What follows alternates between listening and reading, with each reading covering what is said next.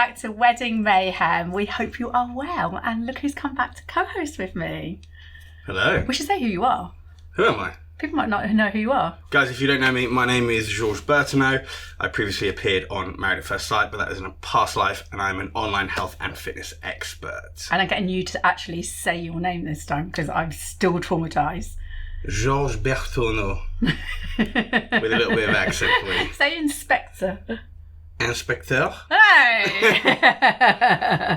How's your week been? Fantastic, thank you. Very, very busy. What are you up to? Lots of fun events. Working with lots of clients at the moment. So trying to get people ready for summer or next summer, shifting people's perspectives on things. And yourself? That was a really quick intro to what you're doing.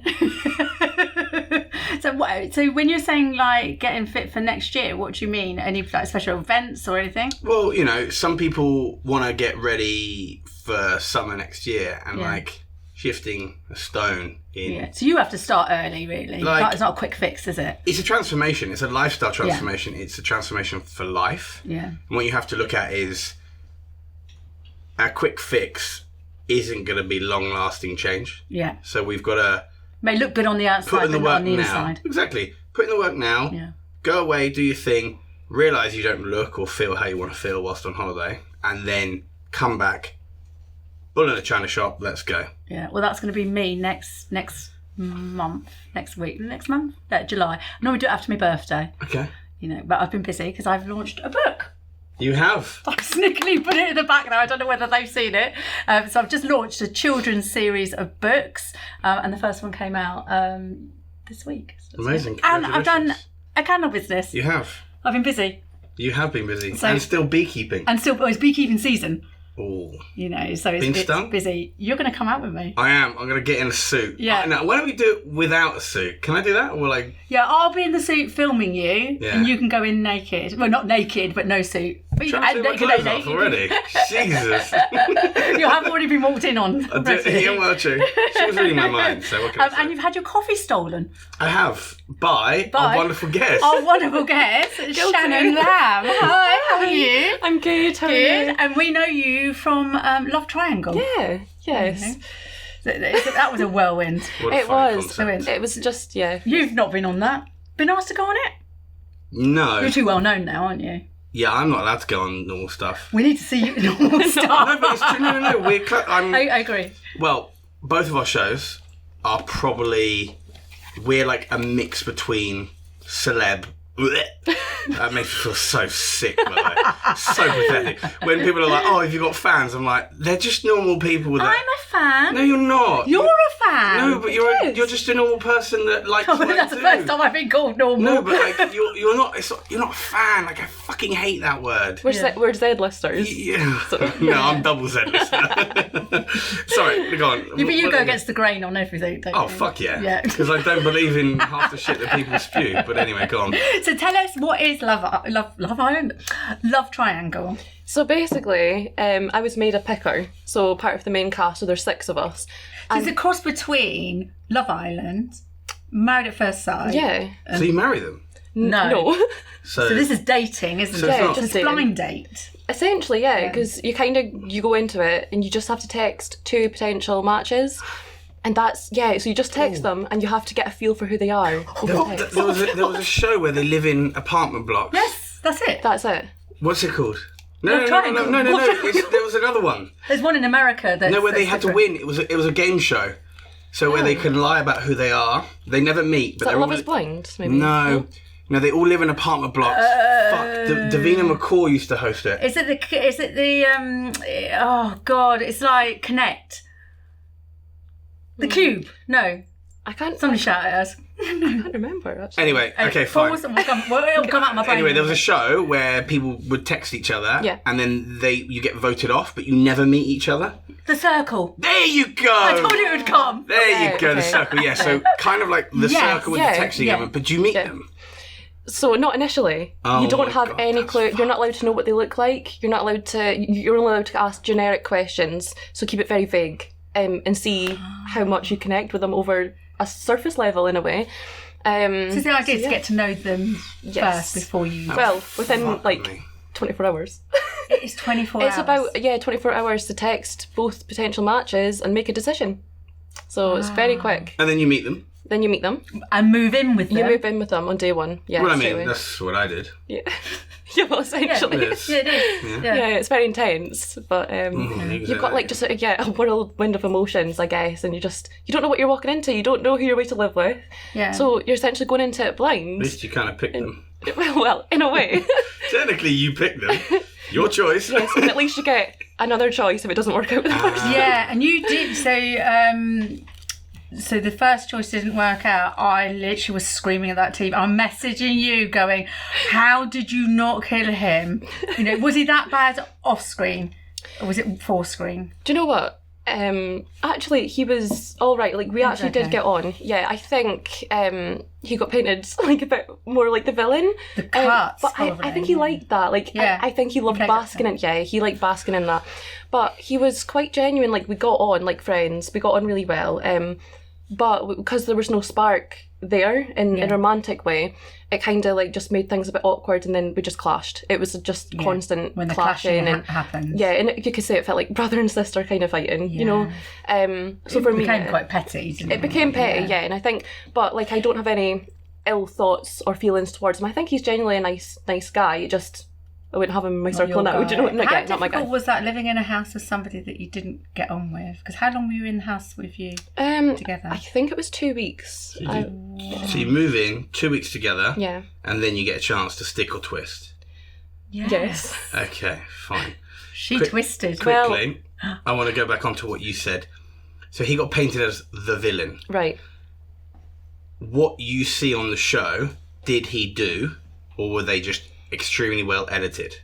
He was as he came across. Exactly. So he wasn't the villain. He was just being himself. Yes. Yeah. But he got steadily worse. Yeah, but he liked it. As soon as he knew he was that kind of, because things went wrong and it started going downhill, and he loved it. And I think he said that to me once. He's like, I quite like, this feeling of being like it was this. a bit like the Mitchell brothers. Yeah, and he was like, Phil or Grant? Phil. Sorry.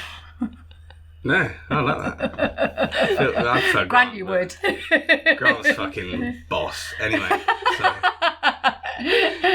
Okay. So you did twist. Yeah, I did. And you dropped the L-bomb really, really quickly. Actually, I didn't twist. I didn't. I stuck. So I stuck with James. With your brother? With my brother, yes. Why? Incest. Well, It's we a could thing. say. I mean, we could either blame it on the Prosecco, or we could just blame it on my own decision-making skills. So Right. it was a mixture of both, I guess. I just wanted to give him more of a chance, I think. Okay. Get to know him. Get to know him, and I think everyone deserves a bit of a chance, and I seen that he was invested in me and he wanted to try and make it work. So I just kind of, at that point, I was twist for a long time. And then I thought, why don't I just stick and see if I can feel the spark? Yeah. If that spark can come. I was willing to give him a chance to play it fair. But you got But the worse. spark turned into an explosion. Yeah, it was the an wrong explosion. Yeah. in the wrong ways. So you've... Oh, in the wrong way. What? I didn't say anything. Oh, no. You both thought it. I'm sorry. You both thought it. I just was like... Genuine. Right, okay. You've watched the show. I've not watched the show. Okay, well, ask the questions. I'm trying, and I'm also trying to ingest information. Thank you, host. He's not coming back. I'm definitely coming back. Yeah, you are. Okay, that's really fascinating. So you stuck because you thought he was genuine, or you thought he was genuinely trying, not because of how you felt? I think it was a mixture of both, but it was more towards him than me, because I knew my feelings weren't there in that aspect. Okay. The romantic kind of spark, and I just couldn't see it progressing any further than the friendship kind of element. But with more time, who's to know? Anything can happen and anything can change. You went into this with the right frame of mind, didn't you? You wanted a partner.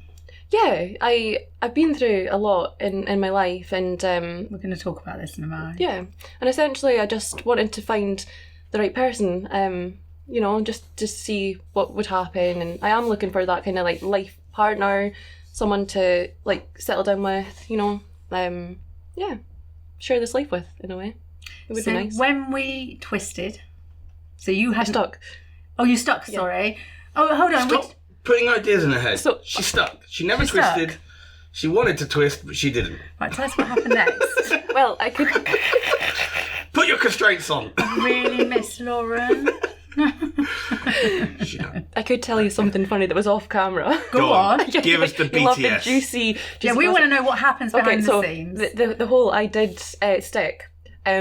Afterwards, one Prosecco too many, obviously. After I said, so when's the next guy coming in? And they were like, Shannon, you stuck? And I was like, oh, you're kidding. I did. Seriously, and I had to get in the taxi with my first suitor, obviously listening to me saying this. And we had to sit in the taxi all the way back to the Do you think that might apartment. have contributed to the explosion? I mean, potentially. I mean, you know. Do you do dinner parties and stuff? Yes. Because right now in my head, you sit in an apartment, you're texting two people, you then go, oh, I'll just pick him, he's got a nice name. And then you Was it clear then you move in. which one that you wanted from the text? Because we only see a snippet of the text. Do you know what? Yeah, they're texting all day. Yeah. Do you want to play Snake? Like, no. Turn your age now. There's not much you can say. Like, you don't know what colour of hair they have. You're not allowed to ask what colour. You're not allowed to ask what build they've got. You or height. You're not allowed to know So you're not allowed to know anything. anything aesthetic. Can you Yes. ask, like, what they like and things like that? Yeah. You can ask what they like, what their interests are, what their hobbies are, Top, bottom, what their life goals are, I guess. You wouldn't get a pick. Yeah, I would. They'd be like, I would definitely get picked. Oh my god. I'd find a way to beat the system as well. You would, yeah. Oh you my would. god, so good at beating the system. Chat GPT. Yeah, no, I actually don't need that. I'm smooth enough. Well, you are. Right, so were you able to choose from the text? Was it quite obvious, your choice? Do you know what? I vibed so much more with James. So over text, like the conversation just flowed. We're bouncing off each other. It was just quick replies, like quick. And it was funny. Like, he had a sense of humour. And that's what I was looking for. I was looking for someone to have that sense of humour. Because I'm quite quirky and weird in my own way. So, like, yeah, we kind of vibed in that sense. We laughed, we joked. And I was finding his replies funny and spicy. And I love this word, right? And I went into the show using the word spicy. Yeah, you would win. So, in regards to the text, I felt like it was more energy. Yeah. There was more that kind of fiery energy coming from the chat from James. Whereas with Lewis, it was lovely, but the replies were slow. I was waiting 47 business days. Slow? Yeah. This is sat in an apartment doing Well, it's nothing. not at this point. Oh. Because... So you're going about your daily life. Oh. Well, we meet up at the mixer, and so all of the six of us are then texting. So these guys are still in their hometowns, like they're still in their houses. So you're texting, and they get like 2 days to prepare and just come out to Manchester. Are they filming themselves being texting? Not at that point. No, No, just not- me. This is so confusing. It's confusing, It's right? like, I know. Where are these people? Who are they? Are they AI? Well, Are they real? Well, it might be Because in not. theory, it could be just ChatGPT replying. well, to it you. could have. You Maybe could have that's been. why he was to be boring. honest. Well, Yeah, because you don't see them, you only see you. yeah. Well, this is what I thought. The texts from Lewis were lovely, but they were just slow, and I couldn't get a sense of who he was through the text. Whereas, It's like Cluedo. Whereas with James, I got that kind of feeling that no, he seems like he's going to be fun kind of guy, you know. But you needed to pick your need and your want. Okay. Oh, I love that. I talk about that a lot. The needs and wants. Okay. What you need and what you want. Okay, talk to us. What's your need And and want? normally, I want to let's keep going with this. Oh, he's not answering. We'll come back to that. Divert it. I mean, that. my wants are very different to my needs. I guarantee you that. What were your needs and wants?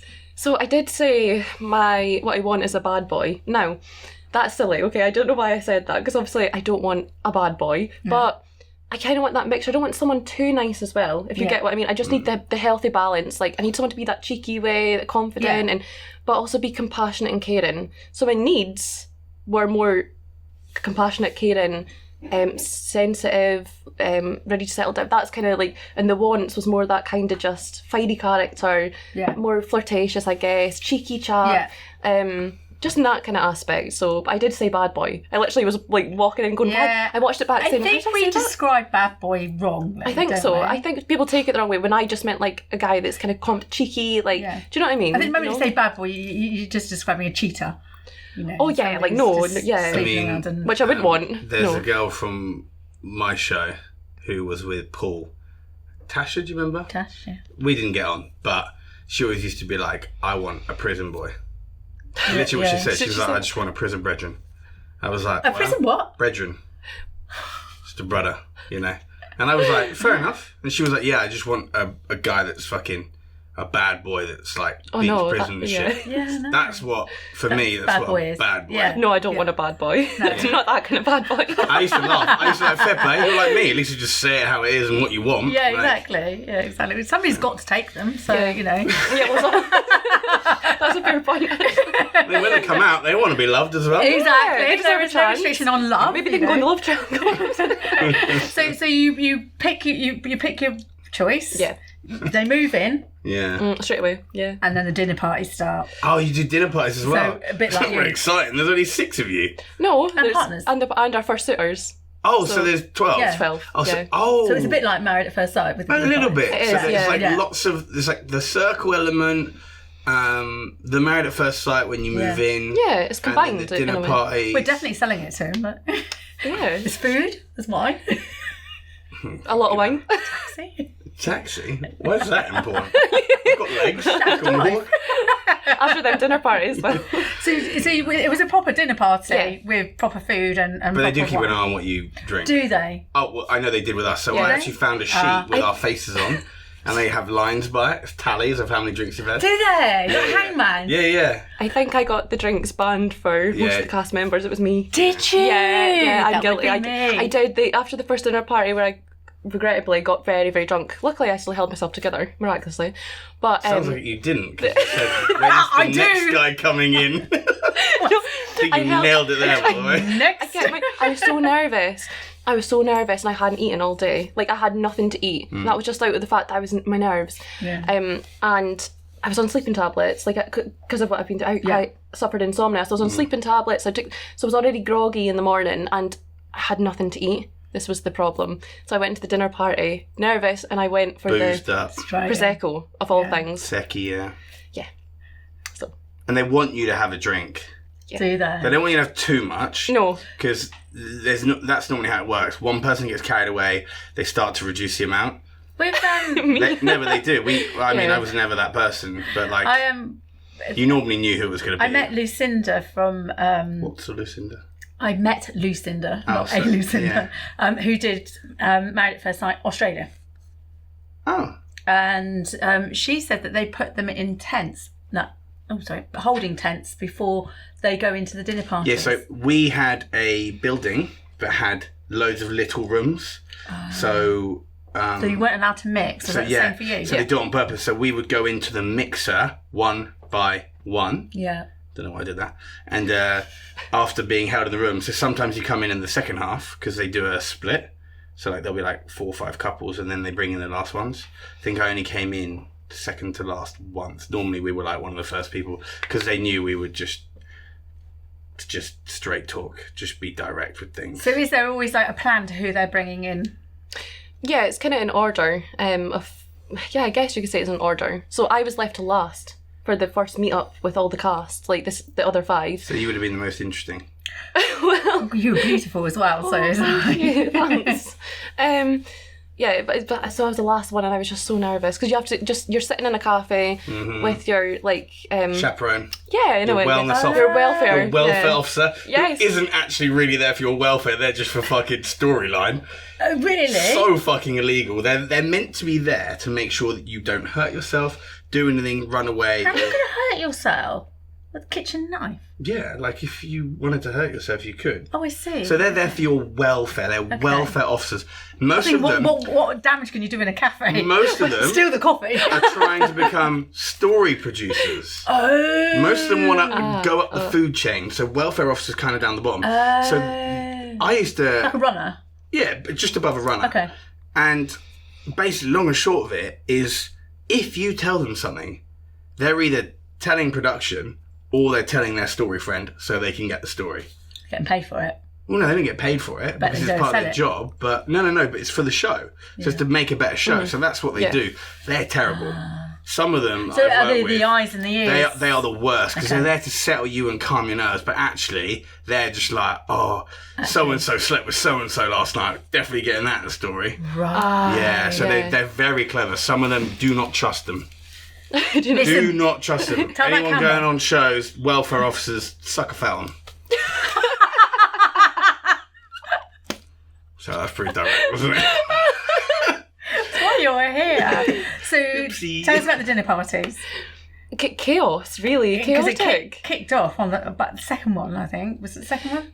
When did I message you? I can't remember now. The first one actually was me again. So, yeah. The issue happened on me. So it was the whole issue where I think James had said if Shannon wasn't here, I would go for Chelsea or Lewis. And I'm sitting right next to him. I'm like, come on. Like, so I guess I was like, And I was like, it's fine. And I just remember being like, it's fine. And I was kind of over it. So when it came to me, it was like, if anyone here, who would you pick? So Ryan asked me, and I said Asa. But the way I said it, I was like head tilt flick and turned to Ryan, like so sassy, and I was just like, and he kicked off. Yeah, he kicked off. He was like, yeah, to hold him back. Very disrespectful. Hold him back. Oh dear. Yeah. Then I storm away from the table. So then I get all emotional. But that must have been upsetting then. Yeah, I guess it was a combination of things, and more things happened, and then I stormed away from the table. So then we kind of talked it out, and then we kind of resolved things, because it was just like, the drinks being involved, it was just petty. Do you know what I mean? It's silly. It's not that deep, really. And you're put there all for a reason to, pick up, take a pick up for everybody. To pull apart situations Yeah. under a magnifying glass, isn't it, really? Yeah, and we've just both, because we're quite similar, like, we clash. That's the bottom line. We clash, and like I said, I've got no bad feelings towards them. It's just, there just wasn't that connection. Dynamic didn't work. Yeah. It was just part of the relationship which you wanted was maybe that friendship. Yeah. Without the sexual compatibility and the emotional maturity or intelligence. 100%. Yeah, 100%. That was exactly. Really I couldn't have put that better. Drop the mic. Oh. I was dropping the mic. That's true, though. Drop the mic. How did it end? How did the show end? The show ended. I left in a relationship. You walked into the sunset with the same somebody. guy? No. I walked into the sunset. Second choice. Second choice. Yeah. So she did. Go on, mate. I'll have a go. You seem right. So I did drop the L bomb. Yes, we need to talk about the L bomb. Oh. What were you doing? I don't know. Because it looked really awkward as well. So my Well, it was, and I was like What was praying his to the name? sky or something. And when I watched the clip back, I'm like, I think I've fallen in love. That's how it went. I'm just looking at him, and But did it happen like that? Yeah, it happened like that. What's his name? Lewis. I love you, Louise. Well, Pretty much. And can you imagine at the whole dinner party I just dropped the L bomb? I think it was day 3 or You 4 looked really of knowing frightened. him. He did, sure I he did. think If that was me, I would have ran away. Yeah, I'd be frightened I'm if someone said I love you after 3 days. 4. You would have just sat there and just started talking French like, I can't understand you. 4 days. You know how not intense it is, 3. though? It's intense. I do. But 4 days feels 24 like hours feels like a week. a month. I get it. I would go for a month. I don't know about But it did for me. It did, yeah. But it felt right. It felt right. Yes, You it felt loved right. parts of him. You didn't love him. You loved something about him. At the time, I just loved him, and it was like I felt it, so I said it. But it was silly to say. I guess it was silly to say it across the whole table, and it put him in this position. Like, Jesus Christ! Like, what? How do I handle? Thank you so much. Have a nice evening. Kind of guys. That's fine. Yeah. Cheers, babes. Sorry, I left you hanging. Maybe I know. That's why I did it. You know, I thought I'd let he you get just, yourself. if you watch the clip, his face is just don't like he just looks like bamboozled by it all, puzzled. Yeah. Bamboozled. I can't use that. Why can't I use that Or word? a little bit like, What is that just for happened? me? Sort of like, it was really funny. It's mortifying. Don't say Luke at the end. Don't say Luke at the end. I love you, Luke. Oh, Lewis. Lewis. There's a Luke on the show. So Lewis. So you left. So what they do then is that you're left hanging the basket because they've then got to choose whether you stay with that person. Yeah. It's like a vow renewal thing. Then you have to live with them both. So James comes back to live with us. So we're all living in the same house. James went to Wales, so they go to Wales like the first suitors will go to Wales. But then we all live at once. But in that time frame, like James got with someone else in Wales, and I was getting on with Lewis. He got off with one Chelsea. Yeah. Is that the one that he wanted to pair up with? Yeah, and I Yes. don't know her, but she wasn't that kind.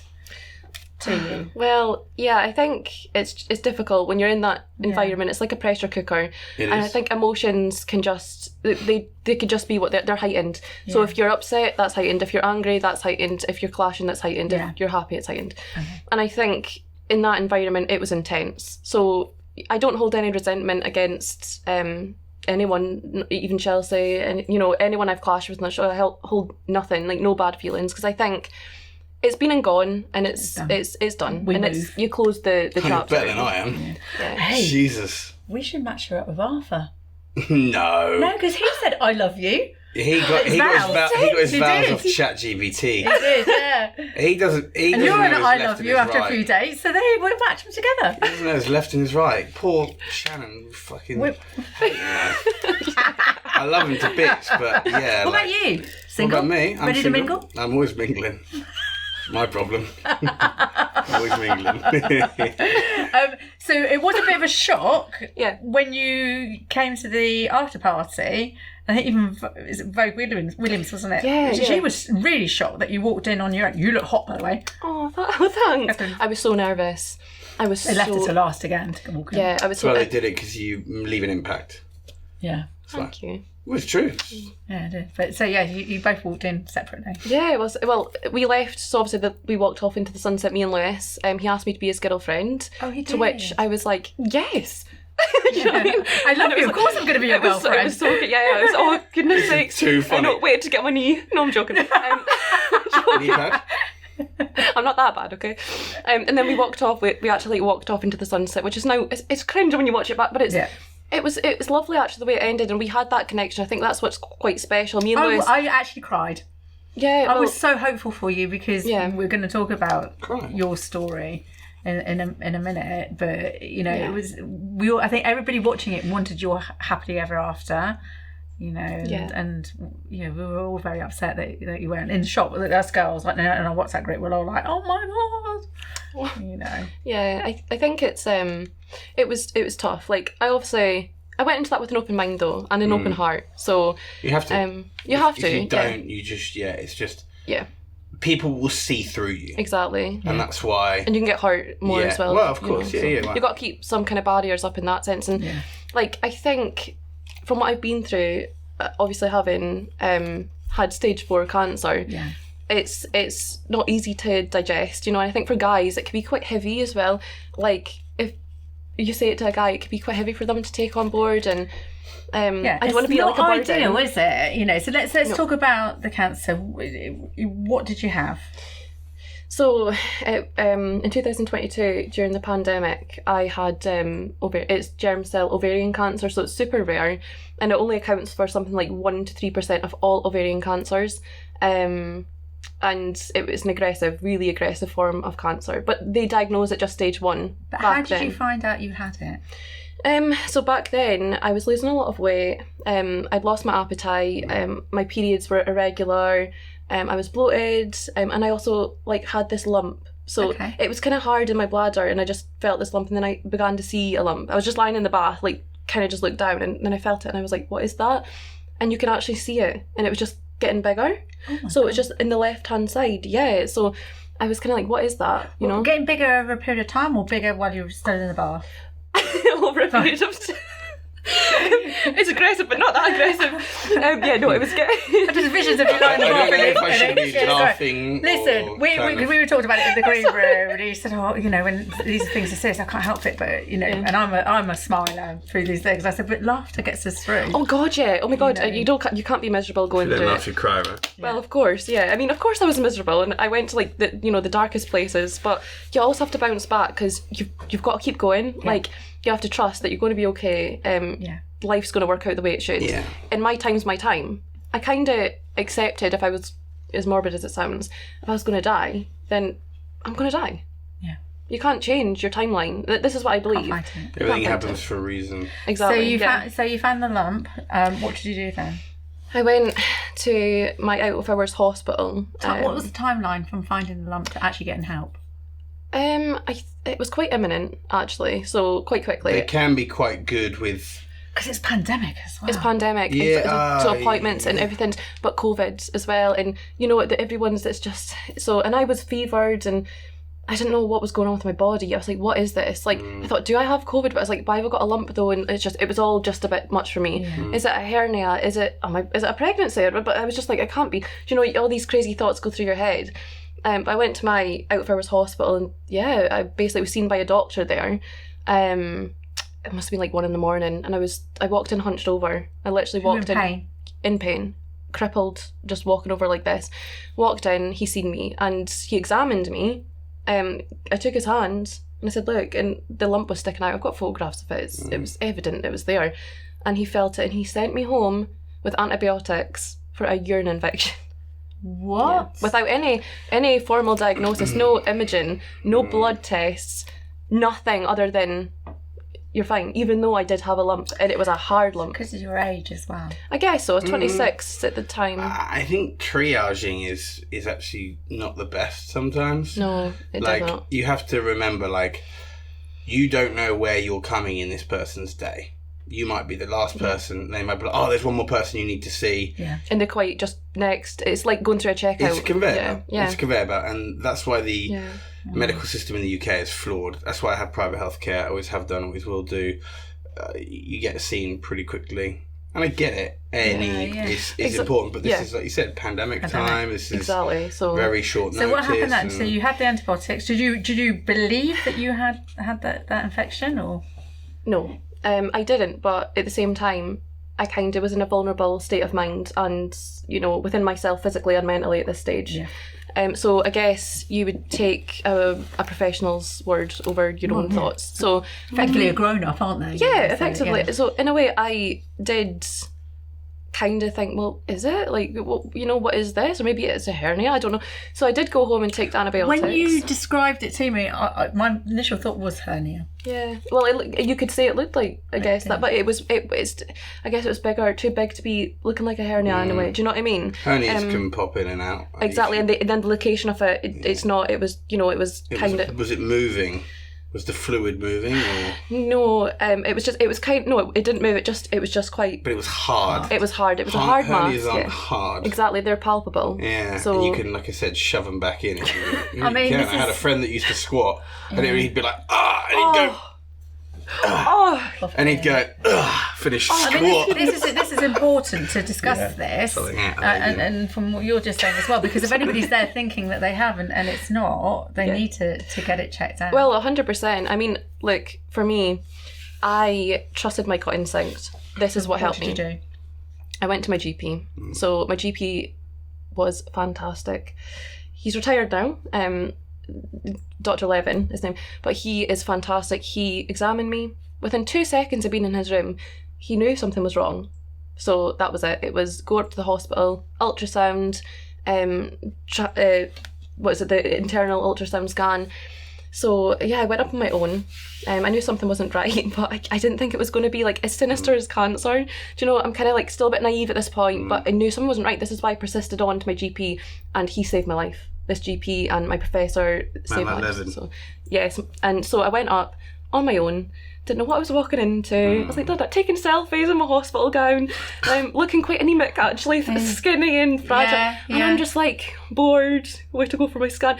Didn't realise how life just got bloody flipped upside down, didn't it? Yeah, it flipped. I was in the room, and a dark room as well, and the doctor's just scanning.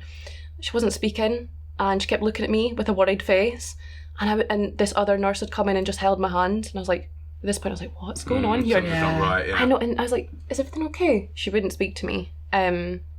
So she kept looking at the screen and just drawing big red X's, measurements. Yeah. So I knew something was there, but I was like, what is it? Is everything okay? She didn't say. I asked her maybe like 7 times, and on the 7th time she stopped, turned to me and said, no, you've got like a mass on your left ovary.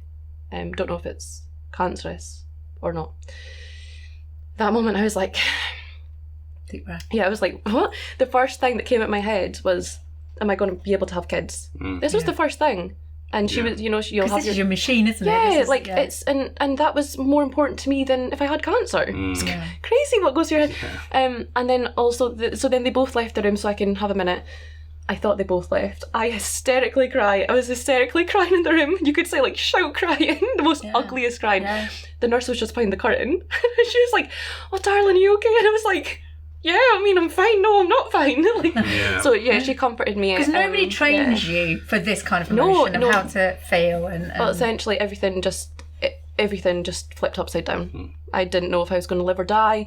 I didn't know what it was. The word cancer is enough to give you a fright. And obviously ovarian as well. You're kind of like, it's a lot. And I was young when I got diagnosed. How old were you? I was 26. Okay. So, yeah, 26 years old. 25 when I had symptoms. I just turned 26. And, so it's a lot, So talk to us about what happened next.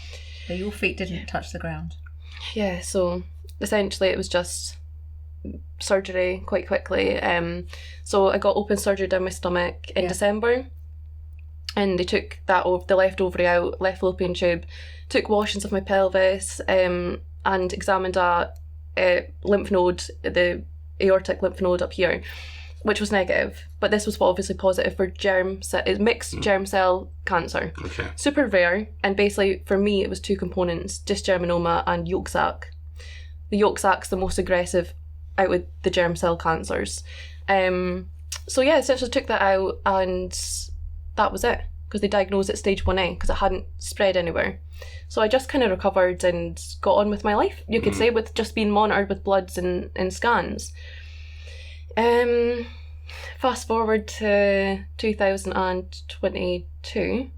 I'm just trying to get the timelines. I'm just like, goodness sake, brain fog moment. Well, I fell pregnant, obviously, and it wasn't until... Was that a relief that you became pregnant, though? Because, obviously you're missing an ovary. Well, yeah, essentially, I didn't expect that to happen, so I was just like, when it happened, it was overwhelming, and I was happy. So yeah, it was. I had a miscarriage 6 months prior, very early on, but 6 months later, this is when I was pregnant with my now son Hunter. So it was lovely news, but at the same time, it's in the back of your mind, because you're not given the all clear at this point. I was kind of not given like the cancer free, but the whole like everything was stable. We've got everything. And well, they're scanning you, they're taking blood and stuff like that. So you'd like to think they were kind of on top of things, but but then it went a bit wonky. So actually a bit wonky. Well, a bit wonky. That's a light way to put it. Very wonky. I know, it's just like a bit wonky. A little bit wonky. That's quite bad, isn't it? But this is the way I kind of speak about it. It's just a little blip, but it'd be a cope. It's I think it's a coping mechanism. But basically, I fell pregnant. I didn't know I was pregnant for a start. Right. So I started having shortness of breath, and I think at this point, I was 3+ weeks pregnant, but I started having shortness of breath and pain in my chest. So I went to my doctors and I said, look, I've got this pain. They scanned me and they seen something in my lung.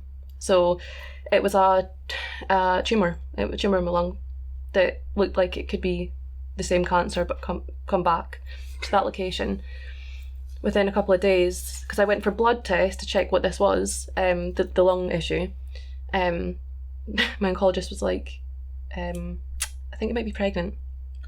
Right. So I just got told my cancer just come back, and I've just got told I'm pregnant. All double. Yeah, wow. Double news. Yeah. How do you deal with that? Well, it was awful. It was horrific for me. The day itself, it was horrific. I didn't know what to do.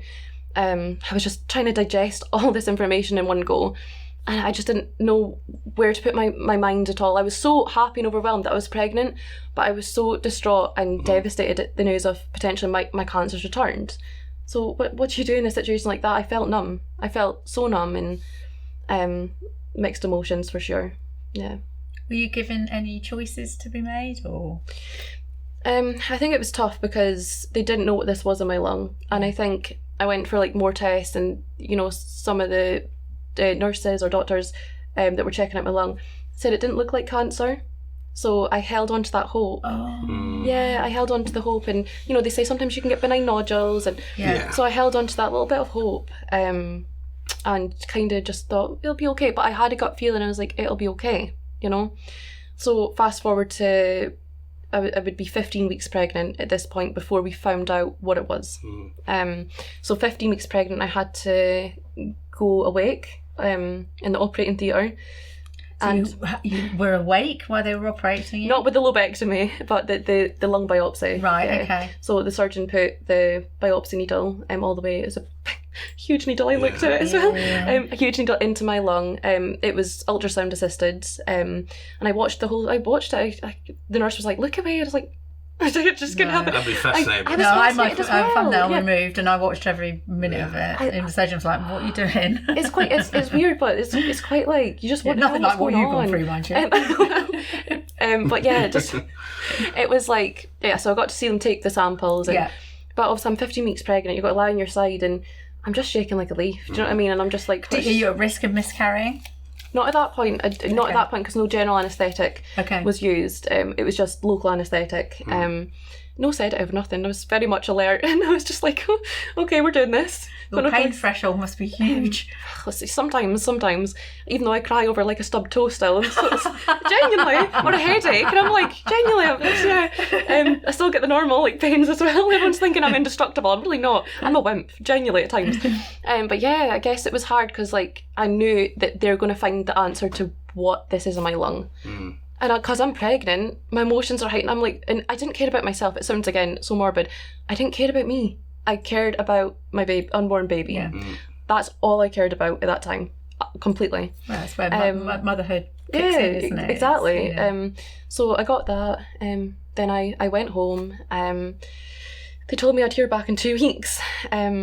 So, at least went to sleep that night and thought, well, at least I've got 2 weeks to... Well, no, they phoned 24 hours later. Oh, God. Yeah, so 24 hours later, they said, my oncologist, it's germ cell cancer, it's come back. It's tested positive for yolk sac germ cell. So the other component didn't spread, it was just the yolk sac, the most aggressive. Right. So really, in hindsight, I should have been treated with chemotherapy. This is what's very important. I should have been treated with 4 rounds of BEP chemotherapy after my initial surgery, and I wasn't. Well, you weren't. I wasn't. Right. Because it would have got rid of all the microscopic cells and disease. It was still in you? It was still in me, yeah. Even though I was never offered that. How do you feel about that now? Hindsight's an easy thing to look at, but... Yeah, I mean, at the time, I was so angry. Because I'm pregnant and I'm just like, I didn't even get the choice, and I was like, but if they give me that, then I would have been fine, everything would have been okay, I wouldn't now have to be going through a stage 4 cancer diagnosis while carrying my child, it's all these like, it was just really rocky, really bad. But now, because I see where I'm at now, so okay, I went through all that, I had my lobectomy. So we went to stage 4. Well, we went to stage 4 pretty quickly, yeah. And so if the word cancer wasn't enough, it was stage 4, and then if that wasn't enough, it was pregnant with stage 4. It felt like it's a lot. It's so surreal as well. Like I didn't have time to process it, so I guess I was just going through the motions, but in a daze. Yeah. So I was so numb to it, and I had like blinkers on, like it was just tunnel vision, and I was just like, I need to just get through this. I have no choice. What choices do I have? You're on that train, aren't you? I'm on that train. You just got to go. No matter how difficult that journey is, and it was difficult. Let me tell you. Well, you have to keep. Did you have support from family, from your partner at the time, to help you? No. My family, yes, for sure. My auntie and my mum, my cousin, my friends. Oh my God, couldn't thank them enough. Like my support unit was so amazing. Like I had a team around me. My cousin Yana, she's like my sister, and she's like my little cheerleader by my side, and they were all great. But we'll just leave it. That's another conversation, isn't it? I just think that. Just leave. I mean, it's fight or flight. Yeah. With some people sometimes, and sometimes the actions is because they can't deal with it themselves. Yeah. And it's. Yeah, I think you've put that well there. I think it's a lot of, obviously, you're in it. You've got to do it. What choice do you have? Choice. Exactly. But that's quite cowardly, really. But it's tough. Yeah. At least wait. So it just kind of just went like it. So stage 4 lobectomy. So I lost that third of my lung when I was 16 weeks pregnant. Oh my God. I don't do things in halves. No. I mean, but yeah. So, as I'm getting to know you, I know this now. Like, you're stealing people's coffee. I'm actually bionic. Beef now. Yeah, literally. I'm bionic woman. So could you have chemo when you're pregnant? I did, yeah. I had to. Okay. Yeah, I think this is it's just like, yeah. So lung removed. Well, not the whole lung, but a third of my lung removed, and then my fear again was is my baby going to survive through a general anaesthetic? Because these are all things that you don't know. I know, you're not born a doctor, so you're like, even though they tell you, like safe for cancer, to have, is it going to spread to your baby? Yeah. Well, actually, they made a mistake with my operation as well. What? So, yeah. Initially, they said there was one tumour in the lung, and they were just going to take a little wedge resection, which is less risk to the baby, less time under general anaesthetic. So I actually got to the hospital, surgeon came to talk to me, and all of a sudden they showed me the scan. Within less than 24 hours it changed. He's looking at the same scan from 3 months ago. He's saying, I can't do a wedge resection, I have to do a lobectomy, you have to lose the whole lower lobe of your right lung because there's 5 tumours in it. I got told less than 24 hours, had less than 24 hours to process a bigger operation while 16 weeks pregnant, and I was like... Do you think they do that sometimes to not have people stressed and worrying about it? I think they made that was a mistake. You think they made a mistake? Okay. Yeah. But for me it was just like, again, what choice do I have? I was like, I can't You can't say no. No, even though I wanted... you can say no. Like, you can do half today and half tomorrow. I'll take a little chunk. But no, I just had to do it. So I went ahead, and the first thing when I woke up was, is my baby okay? So they came and checked, and trust me, I was looking at the screen in a daze. I seen my baby on the ultrasound. The midwife the nurse wasn't speaking. And I was just like, I was looking at the heartbeat, and I was like, and I was just like, oh my God, I was on all these drugs from waking up, and I was just like, oh my God, please. Baby was fine. Yeah. So I was like, I can breathe. I've still got a chest drain sticking out, but I can still breathe. So, yeah. God. So, yeah. So, had the baby? Had my baby after 1 round of chemo. So, yeah, had my first round of chemo at 30 weeks pregnant. 31 weeks pregnant. So he was born early? He was born a week after chemo. Yeah. So he was born 2 months premature. And was that elective? Rather than him coming early? No, it was. They had to get him out. They had to get him out. Okay. Yeah. And to be honest, I didn't want him to go through chemo. I wasn't meant to get chemo. It's because things went from bad to worse, and there was mistakes. So I was never told I'd ever get chemo. You were given a time frame. Really scary time frame. Yeah. He doesn't know this. Go on. the time frame of like the of being alive. Yeah. So they actually give me I'm trying to keep it together. Days to weeks to live. Wow. Really? Yeah. So don't, you're gonna make me cry. It's okay. I'm trying to compose my emotions as well. Yeah. Sertraline helps. Yeah. No, but yeah. So days to weeks to live, and I guess it was a lot because I'm like pregnant, and I'm just like, what's gonna happen. So I contemplated a bad thing, and I won't say it, but it's not a nice thing. The point was just to get my son out, and then I didn't want anyone to watch me suffer, so I kind of wanted to disappear in my own way, if that makes sense. Yeah. Behind the scenes, because I thought if there's no hope and I'm gonna have a suffering death, and everyone around me is getting to watch that. I didn't want that, but no. I had that hope in me. But in that time frame, you probably had to get together a support system for him. Yeah, for sure. That must have been so hard. Yeah, it was, and I was just like, because he was born, and I was still going through chemo, so he was in an intensive unit, and I was like downstairs getting more chemo, So it was like, just continued on and on and on and on, and then went on to more chemo, and then found out the cancer was in my spine as well, later on. So it's like, oh my God. It's never ending. Never ended, no. So then I had to go to London to Hammersmith Hospital, and I had 2 stem cell transplants. So I had 2 stem cell transplants. And the baby was home? Yeah, baby was home, and I was here. How did you cope with the connection that mum and child should have? I felt I'm always with me, and I always was with him, and I always I managed to connect with him over FaceTime, with Hunter over FaceTime, and it's not the best way to obviously be when you're just becoming a mum, and you want to be with your son all the time. I wanted to be with him every single second of the day, but the reality was, if I didn't go away and get treated, he wouldn't have his mum. No. Do you know? So Needs I did must. it for him. Needs must, yeah. So that's it. Essentially, I did that, 2 rounds of that, high dose chemo and 2 stem cell transplants, and then and I've just had a spinal surgery. Just to top it up, I'm just like, but this was actually like after the love triangle, between leaving the love triangle and coming back. It was for the all so reunion. quick. I know. So left boyfriend girlfriend Lewis, and then I literally got to his house and I got an email. You've got a spinal, asking me to go in for the spinal surgery next week. My and God. I'm like, well, I can fit that in because I've just finished this programme. I'm free.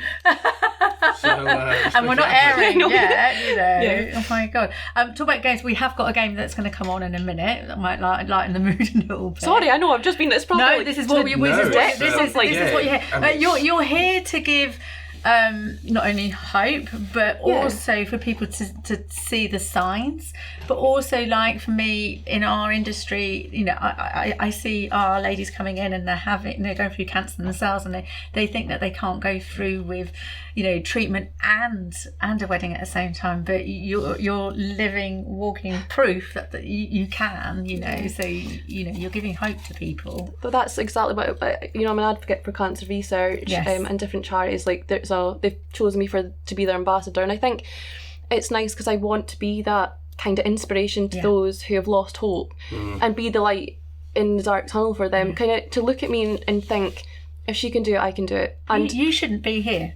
I shouldn't be here. I shouldn't. It's a miracle. To be given those hours. And, you know, today's like the time frame.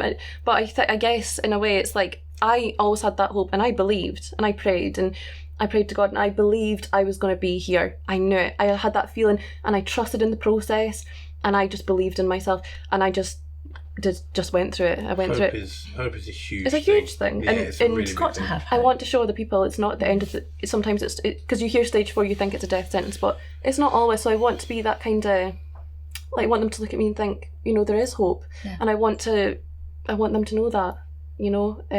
So this is why I always say, stay strong, keep this hope, just fight, you know, and good outcomes can happen even at the worst even with the worst news. Like stage 4 is the end, isn't it? It's the highest. It's stage 4 is pretty much.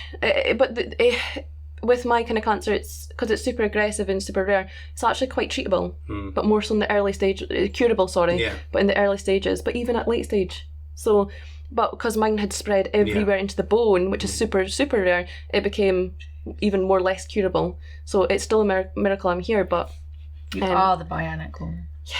Spin that wheel for us. I'm not even going to look at what it says. Okay. Oh, that was very gentle. Was it? Did you spin the wheel? You not spin the wheel. Words of wisdom. I think bloody hell! I think you've just done this that. This wheel seems to land on the most appropriate thing. I know. You know. I mean, you know, what are your words of wisdom?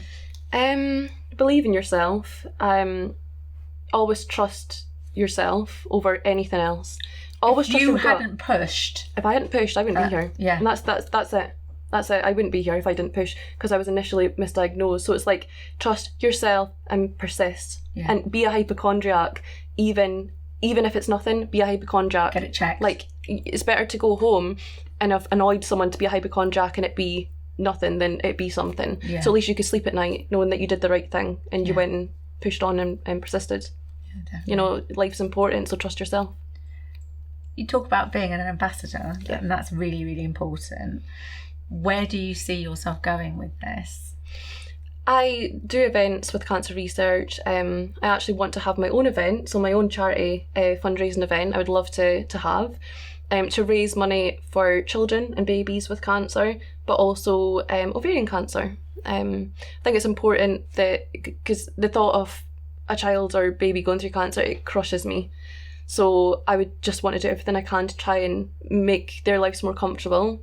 Young Lives versus Cancer, they help people from 0 to 25, even providing them transport to the hospital, heating, you know. So people forget. I mean, as you know, I do the Marathon for Children with Cancer UK, and you know, it's not just the person going through it; it's the respite care for the families and everyone the else as well involved, isn't it? You know, it's not just an emotional support as well, but also like a bed for them to perhaps stay next to them in hospital, in a room. It's important that, because it's hard, especially at that age. You know, you don't want to be on your own going through that. Any age, you don't. Any age, you know. Well, because like mum and dad still have to work. Like, Yes. not everyone's in a position where they can just drop things and stuff. So It's true. Yeah, they can't. Thank you for coming in. It's okay. But I've got a few questions. Yeah. From Thank you for having me. Sorry, I was like, it's okay. No. So we got time to so we got to just pick one each. Oh, one. I'm taking a bunch. You can take. You can. I don't want to look at them. Okay, I'm not. You can also take these home and read them and give us your answer, and I'll post them out for people. Were there any unexpected silver linings or moments of clarity that cancer gave you? It made me realize my resilience. I guess so. And I've got my son, and I'm here, and he's healthy. And he's healthy, yes, and he's nearly 3. Yeah. I feel like I'm a stronger person through and through. I think I'm more grounded as a person. I'm more humble. I don't take life for granted, and I don't make as many mistakes as what I did prior to cancer. So I'm more kind of savvy, I would say, and yeah, I'm more resilient. Perfect. What's yours? how did you deal with comments or stares from people who didn't know what you were going through? It's quite a relevant one, especially with you being in the public eye or having... Through the cancer journey, yeah. I mean... You lost your hair. I lost all my hair, yeah. So I was really bald, like Lex Luthor bald. She's like us, got curly hair. Oh. Yeah, my hair's literally like yours. It is like yours. It is actually. Your children would be beautiful. You're funny. Okay, get a hot flash right now. Okay. It literally is your hair. It's really funny. It really is. I will show you. Your hair's actually better than mine, to be honest. Or you can show them on the first date. The awkward laugh. No, it's funny. It's funny. No awkward laughs from me. So the answer to the question was, how did you deal with it? So yeah, I mean, it was difficult because I lost my hair. And you know, who wants to lose? You're a woman. You kind of like hair and lashes, and they're all part of us. Like Identity. Identity. Yeah. And it's our beauty, and this is what makes us feel beautiful and like women. Yeah. But for me, you want to be honest, I didn't. It's also how, I don't want to put it back, but how men judge us. Well, exactly. Well, this is it. I think at the time, when I lost my hair, it didn't faze me. Yeah. Because I was fighting for my life and my son's life. So the losing the hair didn't faze me. I just threw it in the bin. Do you know what I mean? It just fell out. It just came out, and I was like, I just threw it in the bin. I was like, fair enough. Fair enough. Fair enough. You've done something. No, you can't do taxidermy out of that. I was going to say. Taxidermy. You could have made something. You could have like knitted something really cool out of it. Oh my goodness. You know, just trying to make some light-hearted jokes. Oh my god, I made a little hairband. And it is happening to you. Please knit your hair and let's see a video. Yeah, of send it. us some I would pictures. love, yeah. But I think you're right in regards to like, so I wasn't single at the time. I was with my ex-partner at the time. So it's, again, that's fine. But if I was in new relationship and lost my hair, and it's like you got to put wigs on. It's confidence, isn't it? It's confidence, but I still like on the dates, even on the love triangle, for instance. Yeah. I still like I had my hair like yours, but I still wore wigs. I look forward to every single episode coming out, wondering which wig you're going to have on. I know I had a pink one on at You one did, point. yeah, it's fantastic. And then I wore no wig at one dinner party, and do I'm you like, know what? oh, is that a wig or is that her hair? It was my hair, but I felt liberated. You don't know how liberated I felt. It's the first time in, I don't know why I did this, the first time ever in public that I've ever left my house without a wig on, even with my hair at the length it was. Really? And now I just leave the house without it. Yeah, so it took a lot for me. Yeah. But being extremely bald, I wouldn't go anywhere unless it was in a hospital setting. So yeah, it's hard because obviously for me a wig was my security blanket. You could say it was mask in a way. Yeah, you know, it is a mask. Taking it off, you feel vulnerable and exposed. As soon as you get home, close that door, you're close to the world. Exactly. It doesn't matter. Exactly. You know, but when you're out, it's like, and obviously if I didn't have it on, I was scared of getting looked at. You live in a very judgmental world. Exactly. People stare, people will judge, or people like, and like... Yeah, but I don't think we should seek validation from people that don't love themselves. Like, I get it, it's tough. Like, well, I mean, I don't get it because I've not been in your situation, so I can't truly understand it. But I think, like, comments and people staring, people stare. And they're going to stare. People always stare. Listen, people stare at me. You could have no eyes and no mouth, and people really would stare, but you wouldn't know. Yeah. Because you'd have no eyes. You've got no eyes, you can't see that they can see you. But you can feel that. You can feel them. You just sense. You have a sixth sense. Yeah, I lost my hair during treatment and I'm dreading how I'll look on my wedding day and my photos. How did you handle that and what helped you feel beautiful again? Sorry, wedding day. So this is this lady that's getting married. She wants to know how you handled like during treatment, I suppose. Yeah, she's having treatment, she's dreading how she looks. A way to get married. Yeah. I would say. Well, this match judging again. Find isn't a wig that you like and. Well, I would say. Is it easy to find a wig?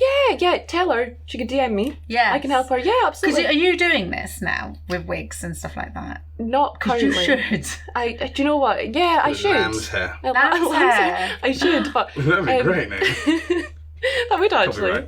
Copyright. Fine. I'm taking that. £5 you can have it. Also manager. And my coffee. Oh yeah. Fucking I guess audacity, I would say like, I know that she's dreading it, and I think I did as well. But you're beautiful no matter what. You're beautiful without your wig. Do you know what I mean? And she'll look stunning on her wedding day. And I just think that people that are coming to your wedding know what you're going through. You should just embrace it though. It's Yeah. beauty. Like. Yeah. You don't need hair to define your beauty. This is the thing, and it took me a while to realise that. But when I took the wig off, I actually felt more confident than when I had the wig on. Yeah. Do you know what I mean? It's such a reverse thing. You were you then. I was me. There was a question in here. I don't know whether it's here or but it was told to me. And basically, it was a funny story. She walked into her wedding. She wears a wig. She's gone through cancer. She's lost all her hair. And when she walked in, the veil was attached to her wig, and the photographer stood on her veil, which took the wig off. So she was bald-headed. So she just picked it up and just went, well, now we're married, it doesn't matter, and just flung it, and she got a standing ovation, and it was just it was brilliant, The way she handled that as well, just like... It's how you handle it and how you portrayed it. If people are staring at you, but like... and then you just kind of, you think, well, that's it, you know what I mean, that's so what. We have to give you a big shout out, because you're a very talented artist as well. Oh, thank you. Those pictures. I love being here. Can I Thank you. Yeah. I also sing as well. No way! I do, I sing. Yeah. Do you? Where do you sing? Well, in my bedroom and in the shower. How do you know? Wait, how do you know? Actually, how does he know? How do you know? How do you know? She's singing in the shower. I'll be closing my curtains. Yeah, definitely. You're checking those mirrors, those little cameras that you get in the hotel. Oh yeah, what? the double. Have you not heard about those? You have to text the hotel. Airbnb things. Oh my god. Yeah. So many people have seen my fucking junk then. Because I walk around naked all the time. Yeah, you go into these hotels and these Airbnbs and you've got to be checking for hidden cameras. They're normally in clocks and mirrors. Yeah. And they're spying on you. Oh, wow. Yeah, they do. How do you not know about that? This is a TikTok thing. Like, go on TikTok. I don't watch TikTok. Don't go on TikTok. Oh, we'll find you a video. Okay. Well, on that note, really? we better round always up. butt naked. Always butt naked. So yeah. So what does the future hold for you? What are you up to? What are you doing? I'm just kind of taking life as it comes. At the moment, I'm very career driven, focused. What do we do? So I'm working in the beauty industry. Yeah. So we teach girls how to do lashes and eyebrows, stuff like that. So I kind of teach that, but I had to take a bit of a step back, obviously, during the time because I suffered nerve damage with my hands. Oh gosh. So and feet and legs. So I was in a wheelchair for I think 2 weeks, and then on a walking stick. Oh a light up, glowing walking stick. Because I'm bougie. Because I'm bougie. Yeah. I looked like I was off Star Wars. Genuinely. I would have been Dutch. My family were hanging walking when you got that. Yeah, it was like, I genuinely was like... And the banana at fire. Night, at night, and it's just this like glow in the dark. Anyway, I'm going off topic, but yeah. So I'm just like kind of just focused more... I want to provide the best life for my son. I want to keep advocating for women across the world who have got ovarian cancer that their voices aren't heard. I'm trying to be the voice for them if they can't be the voice for themselves. So they listen to me and they can take some words of wisdom from me, and maybe it ignites this little light bulb spark inside them, and they think, no, I need to go get seen. I'm going to get a second opinion. I'm going to get a third opinion. This is what I want. I want the best for everyone. I want the best outcome for everyone, just like I've had for myself, because I've also lost my best friend as well. Oh. So Jordana, She was my best friend and my soulmate, my soul sister, you know, and that was horrendous for me, you know. How did you cope with that? That was the worst thing I've ever had. The worst thing. Was she with you when you were going through your treatment? Yeah. And I was with her. She also was suffering ovarian cancer as well. Oh my gosh. Yeah. So we were each other's rocks. We held each other's hands through our battles and journeys, and she was my world. She still is, you know. She was everything to me. We had that connection that I'll never find again with another friend. She was amazing, you know, and she's my inspiration, and she's what keeps me going. She's your she and my son my motivation, my inspirations. So I think what you're doing is fantastic, and so I want to do it for her as well. You know, and I'm eventually going to ring that bell because I haven't yet. Have you not rung the bell? No, and I'm trying to look for. Do you know what? You're trying to find the bell. I'm trying to find the biggest bell. Do you know that? I want to ring a church bell or something. You were in London I don't think yesterday. I need a little bell. There's a massive bell in St Paul's Cathedral. Well, that might do the trick because I'm thinking. Are you going back to London? I am. Yeah. Going to London? Just saying. I'm going to work. Where can everybody find you? As in, like for anything. Don't give your address, by the way. No, into this camera here. Into this camera. Yeah, your Instagram page, everything like that. Okay. So yeah, you can. I can't even speak anymore. No. So you can find me on Instagram. So my handle is Shannon Mayalan. Same with my Facebook. Same with my TikTok. Same with my YouTube. Yeah. Where can we find you? On this sofa in my bathroom. In my bathroom. I was just saying I was giving you my address then. Yeah. Actually, Fucking what's wrong with that? For all the fans out there, give your address out. Guys, you can find me at Georges Bert on Instagram, or my work profile, which is gb.fitness.health. And you could also catch me every Wednesday, 11 till 12 on Fubar Radio, What the Health. So this was a different, I'm looking here, it's like, this was a really different episode for us. We want to spread awareness, and if you have liked this episode, please give us a comment, a like and subscribe, because we need to support women going through ovarian cancer. It's really important. Any cancer at all, you know, be aware, don't settle for a no, push and get yourself checked and keep checking. And we'll see you all next week. Bye. Bye.